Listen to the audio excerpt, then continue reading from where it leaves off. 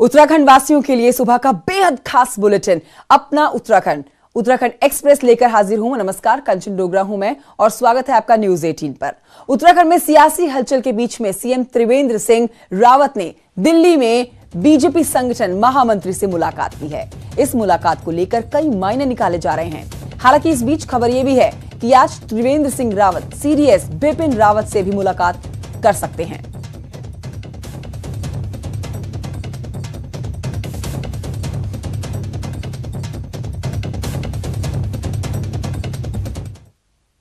उत्तराखंड के मुख्यमंत्री त्रिवेंद्र सिंह रावत रविवार को दिल्ली में थे और यहां उन्होंने प्रदेश में राजनीतिक अस्थिरता को लेकर बड़ा बयान दिया। सीएम त्रिवेंद्र रावत ने सवाल पूछा था। उनसे पूछा गया कि हरीश रावत ने राज्य में अस्थिरता को लेकर सवाल उठाए थे।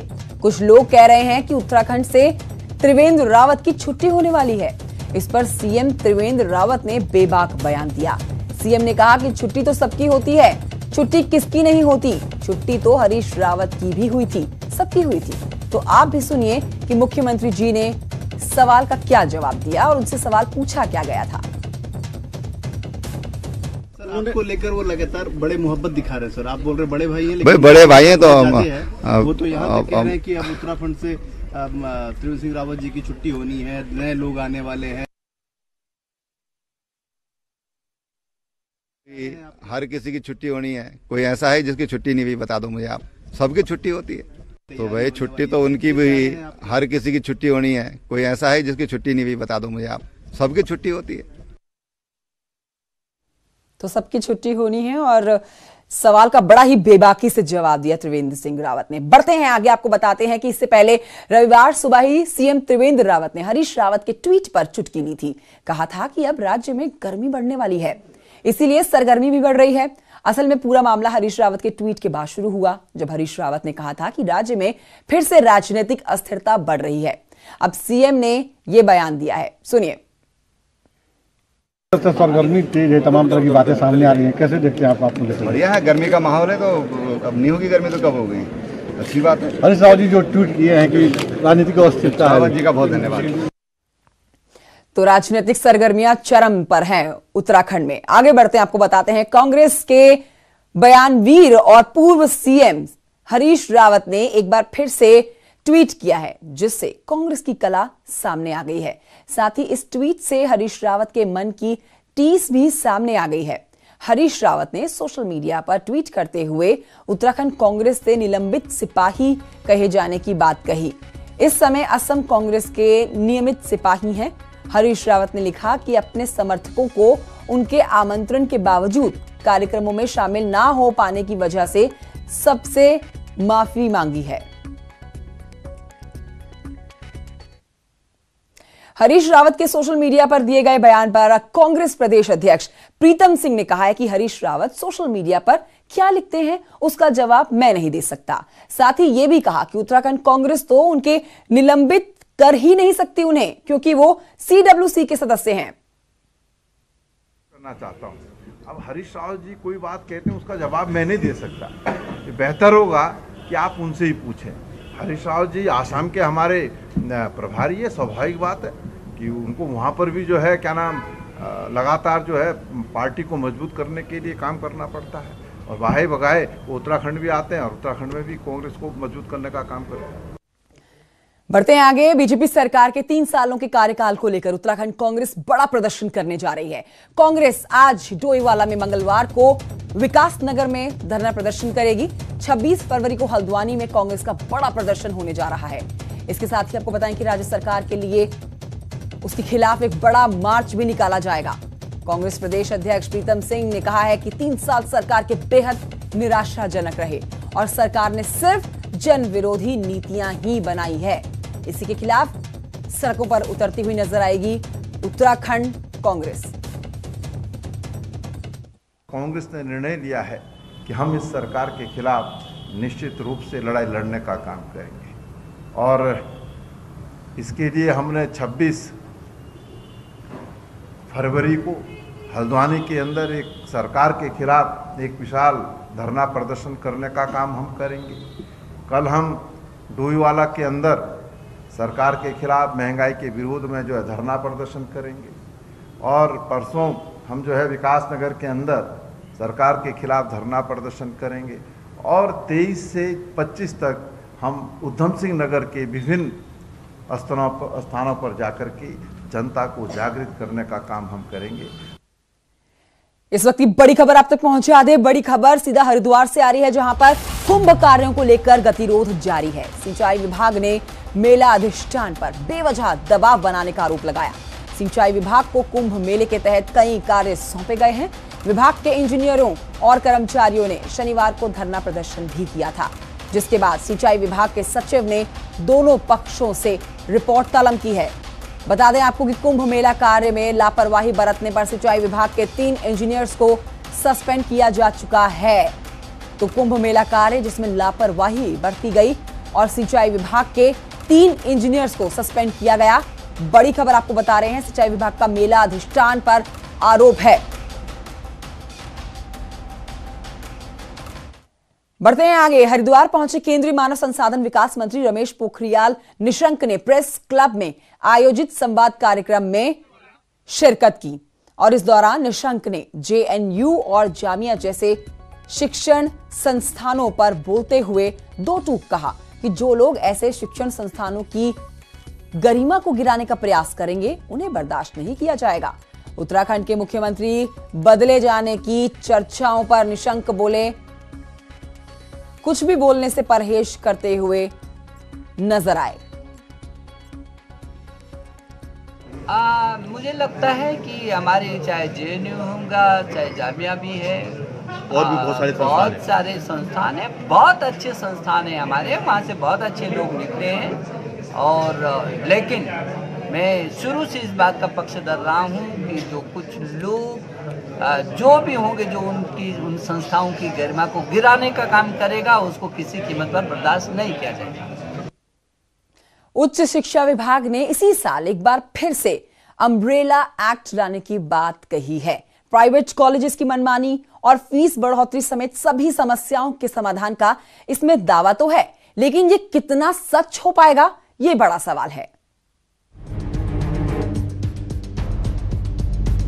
उत्तराखंड में अम्ब्रेला एक्ट को सेशन में लाने की कवायदें तेज कर दी गई हैं। कैबिनेट ने मामले में फैसला लेते हुए मंत्री हरक सिंह रावत की अध्यक्षता में मंत्री सुबोध उनियाल और संयोजक धन सिंह रावत की 3 सदस्यीय कमेटी गठित कर दी है, जो सभी कॉलेज की रायशुमारी लेगी और अम्ब्रेला एक्ट की पेचीदगियों को दूर करने की कोशिश करेगी।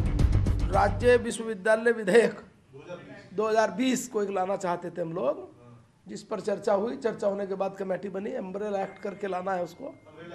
हाँ, तो उसमें एक कमेटी बन गई। कमेटी इसको पढ़ के लिख के सब।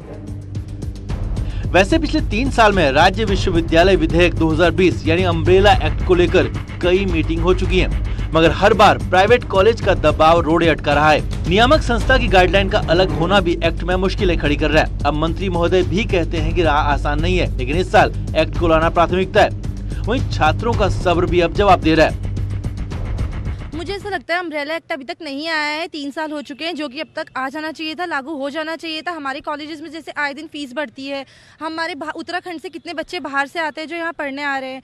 आशा है कि जल्दी जो है गवर्नमेंट विश्वविद्यालयों का एक्ट बन जाएगा। निजी विश्वविद्यालयों के लिए भी अभी वित्त और कार्मिक के बाद अब विधि में गया है और विधि की राय लेने के बाद फिर वो कैबिनेट में आएगा।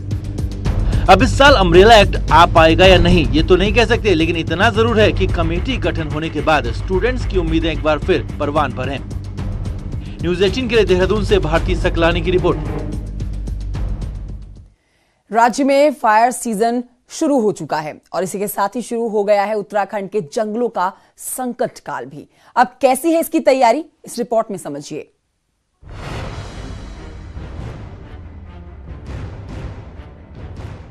उत्तराखंड के जंगलों के लिहाज से 15 फरवरी से 15 जून तक फायर सीजन माना जाता है। इस फायर सीजन से निपटने के लिए हर साल करोड़ों रुपए जारी होते हैं, मीटिंगों के दौर चलते हैं, फिर भी हर साल जंगल के जंगल आग में स्वाहा हो जाते हैं। पिछले 19 सालों के अगर रिकॉर्ड की बात करें तो अब तक 44,000 हेक्टेयर जंगल आग की भेंट चढ़ गए हैं। 2016 में 4,433 हेक्टेयर के जंगल में आग लगी थी। इससे सरकार को 46 लाख का नुकसान हुआ था। 2017 में 1,244 हेक्टेयर की वन संपदा आग की भेंट चढ़ी थी। 2018 में 4,480 हेक्टेयर क्षेत्र में आग लगी थी, जिससे सरकार को 86 लाख का नुकसान हुआ था। और पिछले साल करीब 3,000 हेक्टेयर जंगल में आग लगी थी, जिससे करीब 56 लाख का नुकसान हुआ। शासन ने वन विभाग को फायर सीजन से निपटने के लिए 16 करोड़ का बजट रिलीज कर दिया है। इसके साथ ही विभाग ने भी दावा किया है कि उसने सभी तैयारियां पूरी कर ली हैं। देखिए, फायर सीजन की इस बार हमारी तैयारी बहुत अच्छी है और समय से सारी तैयारियां हो गई हैं। हमारे कम्युनिकेशन नेटवर्क वगैरह सब इन प्लेस हैं। फायर प्लान्स जो डिस्ट्रिक्ट मजिस्ट्रेट के अप्रूवल से हर ज़िले के बनते हैं वो लगभग तैयार हो गए हैं और कई जगह अप्रूव भी हो गए हैं। वो हर तरह से जो है हमारी तैयारी पूरी है। बहरहाल ये तैयारियां और दावे तो हर साल होते हैं। देखने वाली बात ये होगी कि वन विभाग अपने वादे पर कितना खरा उतरेगा। न्यूज़ 18 के लिए देहरादून से सुनील नवप्रभात की रिपोर्ट।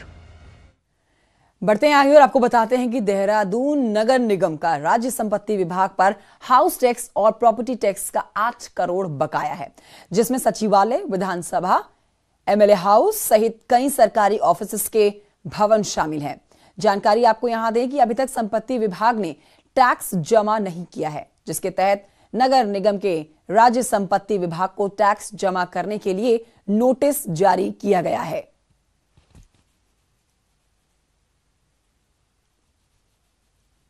और मेरे द्वारा अवगत करा दिया गया है कि सालाना करीब 8 करोड़ रुपया सरकारी विभागों पर हाउस टैक्स की देयता बनती है। उसी क्रम में शायद इस बार जो बजट होगा उसमें इसका प्रावधान किया जाएगा, ताकि ये हर साल के लिए एक सेट रूटीन हो जाए और लोगों के पास इस मद में पैसा रहे। हम उम्मीद करते हैं कि 31 मार्च तक ये सभी पैसे आ जाने चाहिए। यहां बढ़ते हैं आगे और आपको बताते हैं कि देश में पहली बार साल 2021 की जनगणना स्मार्ट तरीके से की जाएगी। इस बार होने वाली जनगणना स्मार्टफोन से की जाएगी, जिसके लिए नगर निगम ने अपनी ओर से तैयारी शुरू कर ली है। इसके लिए 29 मास्टर ट्रेनर नियुक्त किए जा रहे हैं। अब 2021 की जनगणना की तैयारी की जा रही है। अभी प्रथम स्टेज पर 29 मास्टर ट्रेनर नियुक्त किए जा रहे हैं, उनको ट्रेन किया जाएगा। फिर उनके माध्यम से हमारे जितने भी प्रगणक होंगे, सुपरवाइजर होंगे, जितने हमारे नगर निगम के ब्लॉक काटे जाएंगे, उस स्तर पर इनकी ट्रेनिंग की जाएगी। स्वागत है आपका ब्रेक के बाद। आगे बढ़ेंगे और आपको बताएंगे पुलवामा हमले के बाद नौशेरा में माइंस डिफ्यूज करते हुए शहीद हुए मेजर चित्रेश बिष्ट की रविवार को पहली पुण्यतिथि थी। शहीद की याद में उनके निवास पर चित्रेश बिष्ट के दोस्त, रिश्तेदार और मसूरी विधायक गणेश जोशी पहुंचे। उन्होंने कहा कि मेजर चित्रेश बिष्ट की याद में एक स्मारक बनाया जाएगा। इस मौके पर उनके पिता बेहद भावुक नजर आए। उन्होंने बताया कि चित्रेश फाउंडेशन बनाया गया है, जिसमें मेधावी छात्रों को 10-10 हजार रुपए जो है स्कॉलरशिप दी जाएगी। तो उन्होंने कहा कि उनके यहाँ पर एक स्मारक बनाने की बात आपने कही है, तो मैंने उनसे वायदा किया कि मैं कहीं से भी उसको बनाऊं, क्योंकि आपने देखा होगा मैं सैनिकों के बीच में काम करता हूं। अभी कई शहीदों के द्वार हमने बनाए हैं, द्वार तो नगर निगम ने स्वीकृत कर दिया है, तो उसके स्मारक की बनाने की जिम्मेदारी मैंने आज ली है और उसको हम शीघ्र यहाँ पर बनाएंगे। 11 बच्चों को 10-10 हज़ार रुपये, जो हाई स्कूल में मेधावी बच्चे रहेंगे उनके लिए 10-10 हज़ार रुपया स्कॉलरशिप चित्रेश फाउंडेशन की ओर से देने का हमने विचार। मेजर चित्रेश बिष्ट के पैतृक गांव में भी कल उनका पहला शहादत दिवस मनाया गया। अल्मोड़ा के पीपली गांव में श्रद्धांजलि सभा का आयोजन किया गया। इसमें परिवार के साथ साथ पूरे इलाके के लोग भावुक नजर आए। लोगों ने गांव में शिक्षा, सड़क, स्वास्थ्य की बेहतरी का मामला उठाया और जिस पर प्रशासन ने जल्द इन्हें पूरा करने का भरोसा भी दिया है। वैसे तो हमने तो अपना पुत्र खोया है, लेकिन देश ने एक वीर शहीद खोया। सभी गमगीन है, लेकिन थोड़ा साहस इस बात का बता रहे हैं कि जो बच्चे ने शहादत दी है। इसमें मैं ये बताना चाहूँगा कि माननीय मुख्यमंत्री जी ने कुछ घोषणाएं यहाँ से मुझे करने के लिए निर्देशित किया है, और जिसमें यहाँ पे एक रोड, उनके लिए एक स्मृति द्वार, जो रोड के नाम भी उनके उसमें माननीय मुख्यमंत्री घोषणा में लेकर उसको जियो ऑलरेडी जारी हो चुका है। अब उत्तराखंड के कॉलेजेस के बच्चों की बात करते हैं। उत्तराखंड के कॉलेज में क्लास टाइम पर मोबाइल बैन के फैसले पर उच्च शिक्षा मंत्री धन सिंह रावत कॉलेज में जाकर बच्चों से बात करने वाले हैं। मंत्री धन सिंह रावत ने कहा है कि वो हर कॉलेज में एक सेमिनार करने जा रहे हैं, जिसमें बच्चों, टीचर्स, पेरेंट्स की राय लेने के बाद ही फैसला लिया जाएगा। अगर 91% बच्चे चाहेंगे कि क्लासरूम में मोबाइल बैन होना चाहिए तो फैसला अमल में आ जाएगा।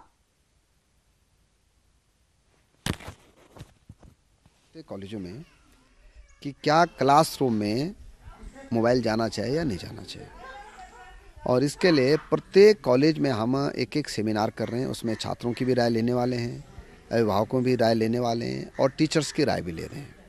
और मुझे लगता है कि जब पूरी राय आ जाएगी सब कॉलेज और विश्वविद्यालयों की, उसके बाद हम इस पर निर्णय लेंगे कि क्या करना है। और आइए बात राजधानी में एक बड़े फर्जीवाड़े की। देहरादून में फर्जी इंश्योरेंस का खुलासा हुआ, जिसमें पुलिस की नींद उड़ चुकी है। देखिए रिपोर्ट।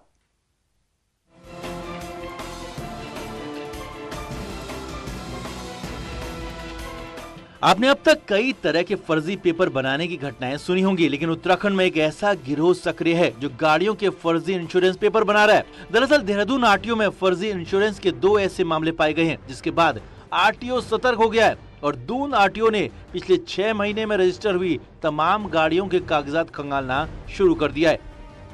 और आज मैं अपने ऑफिस में बैठ के एक ऑफिस ऑर्डर भी कर रहा हूं और हम कोशिश कर रहे हैं पिछले 3 से 6 महीने के बीच में, खासकर ट्रैक्टर वाले केसों में, जबकि उसी में ये अधिकांश पाए गए हैं जो ट्रांसफ़र के केस हैं, फिटनेस के या क्या बोलते हैं न्यू रजिस्ट्रेशन के, उनमें से मैं 3 महीने का एक डाटा चेक कर लूँ, उन डाटा को निकाल के संबंधित कंपनियों को वेरिफिकेशन भेज दूँ और पता लगाऊँ कि उसमें से कितने सही है या कितने गलत है। वहीं पुलिस ने भी मामले की जांच के लिए एसआईटी का गठन कर दिया है, जो फर्जी इंश्योरेंस मामले की जांच 1 हफ्ते में करके रिपोर्ट देगी। काफ़ी डिटेल में कागज एग्जामिन किए जाने हैं, क्योंकि ये बड़ा स्कैम है, तो एक डेडिकेटेड टीम इसके लिए लगाई गई है। और हमारा प्रयास ये रहेगा कि जो भी लोग इसमें इन्वॉल्व हैं, चाहे वो आरटीओ कार्यालय में काम करते हैं या कुछ दलाल किस्म के लोग हैं, सभी को आइडेंटिफाई करने का प्रयास करेंगे और उनके खिलाफ एक कड़ी कार्रवाई करने का प्रयास रहेगा। कुछ पैसे बचाने के लिए लोग अपनी गाड़ियों का इंश्योरेंस दलालों से करवा रहे हैं। अब ऐसे में लोगों को समझना होगा कि फर्जी इंश्योरेंस से न सिर्फ वो परेशानी में आ सकते हैं, बल्कि कोई हादसा होने पर क्लेम भी नहीं मिलेगा। किशोर रावत, न्यूज़ 18, देहरादून।